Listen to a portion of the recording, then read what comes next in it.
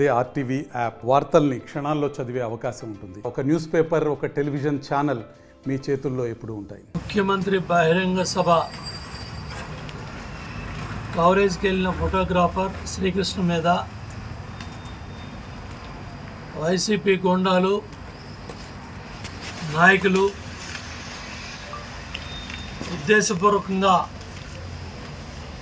నువ్వు ఈనాడు విలేకరవా, Andhra Jyothi విలేకరవా, ఏబిఎన్నా, TV5 ఈనాడా, ETV అని అడిగి మరీ వెంటబడి క్రూర మృగాల వల్లే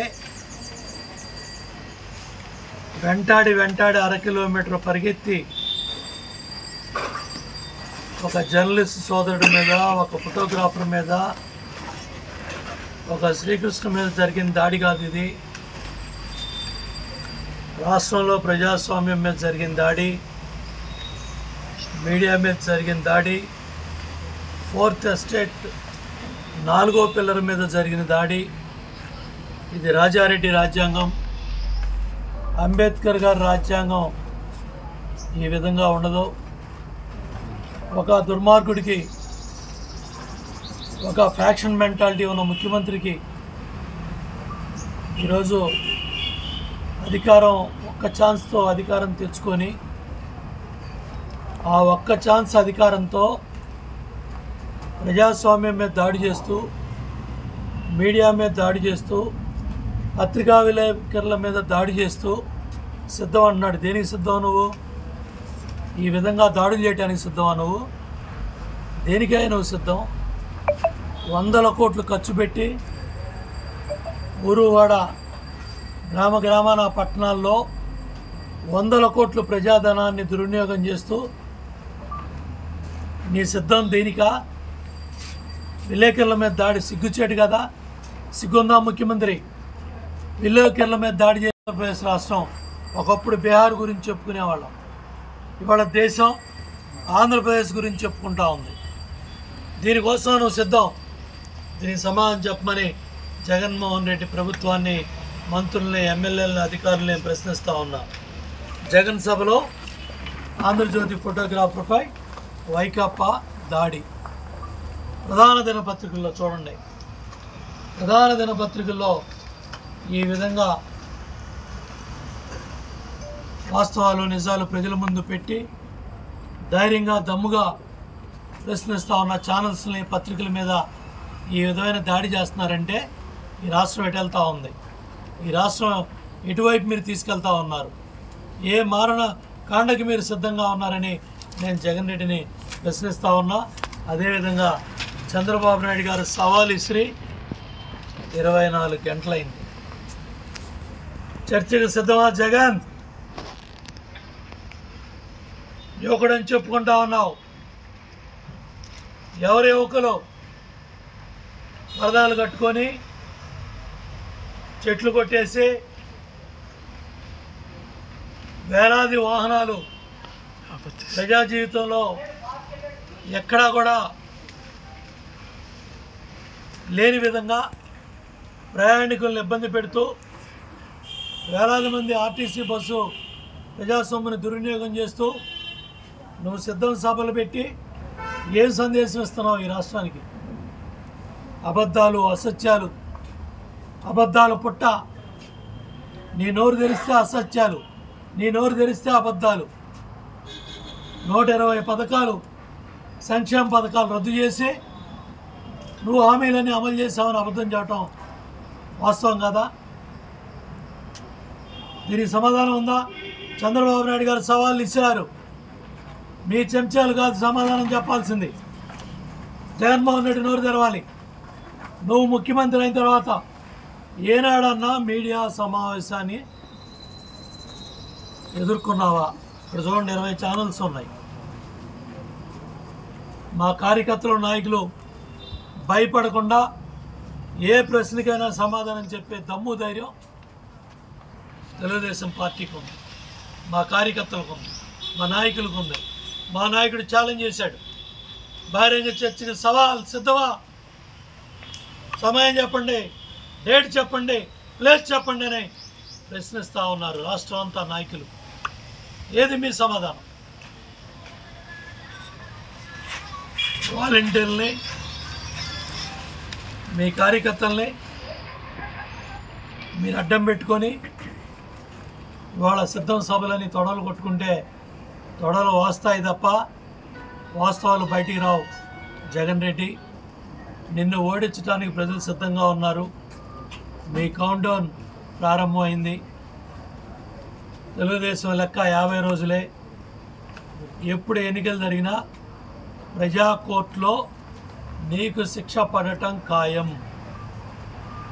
చివరి 2 బటన్లో ప్రజలు నొక్కబోతున్నారు. నువ్వు బటన్ నొక్కావంటున్నావు.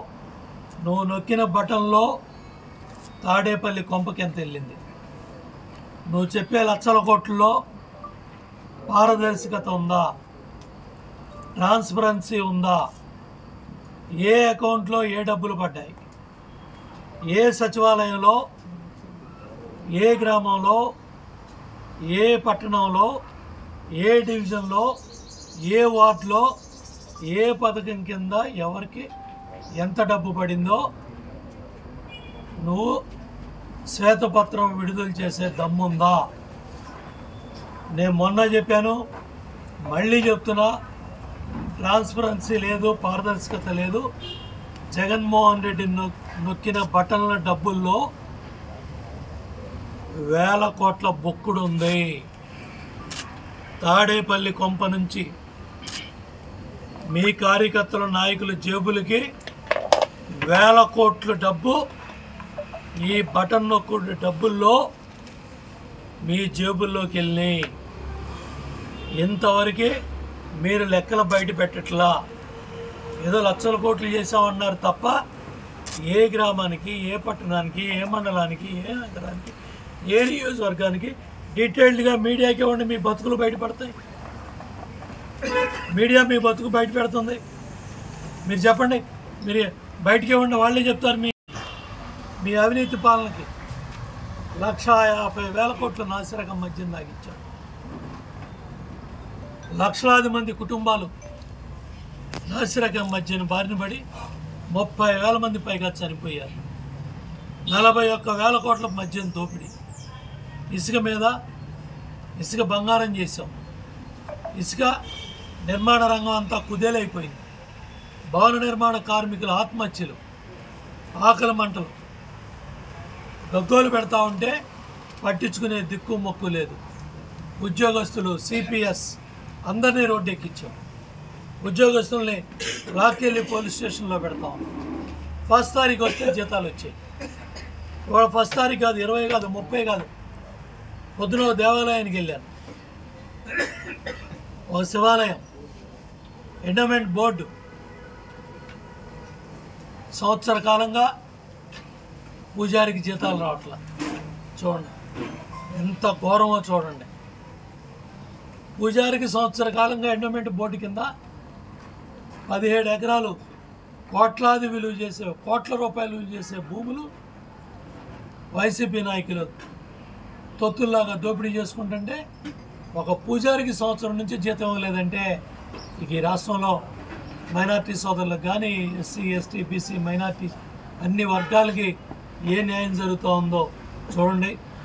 జరగబోయే కురుక్షేత్ర సంగ్రామంలో ఈ కౌరవ సైన్యాన్ని తప్పకుండా తరిమి తరిమి తరిమి కొట్టాల్సిన బాధ్యత మనందరి మీద కూడా ఉంది.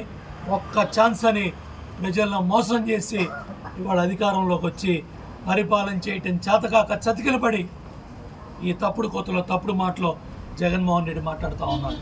31 క్రిమినల్ కేసులు ఉన్నాయి, 13 సిబిఐ ఈడీ కేసులు ఉన్నాయి. ఈ కేసుల విచారణ పూర్తి అయితే యావజ్జీవ కారాగార శిక్షతో పాటు 6 సంవత్సరాలు ఎన్నికల్లో పోటీ చేయకుండా జగన్మోహన్ రెడ్డిని, వాళ్ళ ఎమ్మెల్యేలని, వాళ్ళ ఎంపీలని, వాళ్ళ మంత్రుల్ని, వాళ్ళ నాయకుల్ని ఎన్నికల సంఘం బహిష్కరించబోతుంది. ఎప్పుడు ఈ కేసుల్లో, ఈడీ కేసుల్లో శిక్ష పడగానే 6 సంవత్సరాలంటే 2 టరాలు జగన్ రెడ్డి ఎన్నికల్లో పోటీ చేసే అవకాశం లేదు. ఇవాళ జగన్ రెడ్డి వయసు 52. రేపు వచ్చే ఎన్నికల్లో ఓడిపోతున్నాం 57. 57 ఏళ్ళ తర్వాత 2 తరాలు పోటీ చేయకూడదు అంటే 10 ఏళ్ళు పోతే 67 ఏళ్ళ పైగా నీ వయసు 67 ఏళ్ళు పైబడే మళ్ళీ నువ్వు ఎమ్మెల్యే పోటీ చేసే అర్హత వస్తుంది జగన్ రెడ్డి. నువ్వా కబుర్లు చెప్పేది, నువ్వా మా పెద్ద ఆయన్ని మాటలు అనేది. ఇవాళ చంద్రబాబు నాయుడు గారు ఒక యువకుడి కన్నా ఎక్కువగా 18 గంటలు కాదు 20 గంటలు కష్టపడగలరు. నేను ఒకటే ఛాలెంజ్ ఇస్తున్నా, తిరుపతి కొండ మీదకి చంద్రబాబు నాయుడు గారితో నడిచి తిరుమల పైకెక్కే దమ్ము ధైర్యం నీకుందా? ఒకసారి ఆయన నడిస్తే ఆయనతో పాటు ఒక్క నడవలేకపోయాడు. ఎక్కడ ఆగకుండా ఆయన పైకి ఎక్కగలిగాడు. ఆయనతో ఉన్నవాళ్ళు ఎవరు, మీడియాతో సహా ఎవరో కూడా ఆయనతో పాటు నడవలేకపోయారు. యువకులు కూడా చాలామంది. నువ్వా ఆయన వయసును ప్రశ్నించేది, ఆయన కష్టాన్ని ప్రశ్నించేది, ఆయన శ్రమను ప్రశ్నించేది. నువ్వు ఈ రాష్ట్రంలో సహజ వనరులను దోపిడీ చేశావు, అవినీతిమయం చేశావు, 10 లక్షల కోట్ల పైగా రాష్ట్రాన్ని అప్పుల పాలు చేశావు. నువ్వా మాట్లాడేది? యుద్ధం అంట, దేనికి యుద్ధం? ఎవరి మీద చేస్తావు యుద్ధం? నీకంత దమ్ము ధైర్యం ఉంటే మీడియా ముందుకు వచ్చి మాట్లాడు.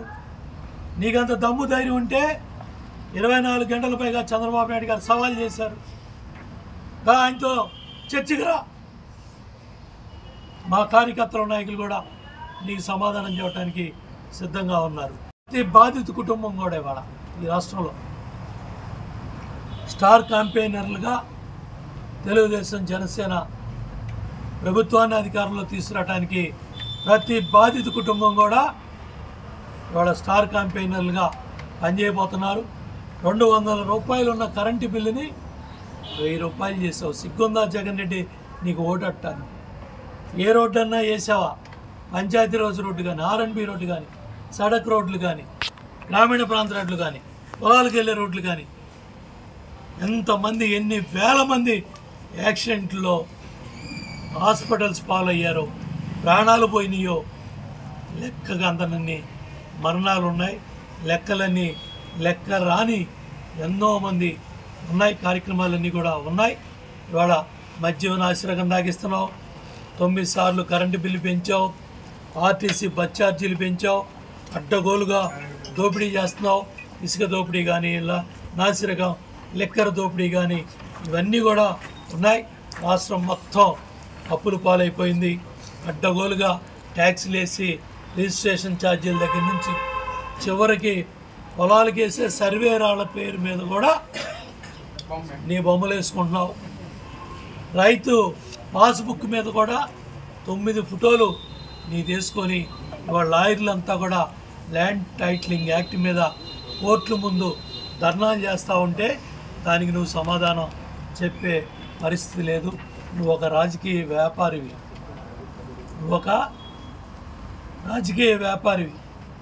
ఇవాళ ఒక్క ఛాన్స్ అని ముద్దులు పెట్టి గుద్దులు గుద్దుతూ రాష్ట్రాన్ని నిలువు దోపిడీ చేస్తూ తాడేపల్లి ప్యాలెస్లో డబ్బులు కట్టలో లెక్క పెట్టుకోవడం కాదు, తులాభారం చేసుకుంటూ కంటైనర్లలో పెట్టి బయట రాష్ట్రాలకి బయట దేశాలకి తరలిస్తూ ఉన్నావు.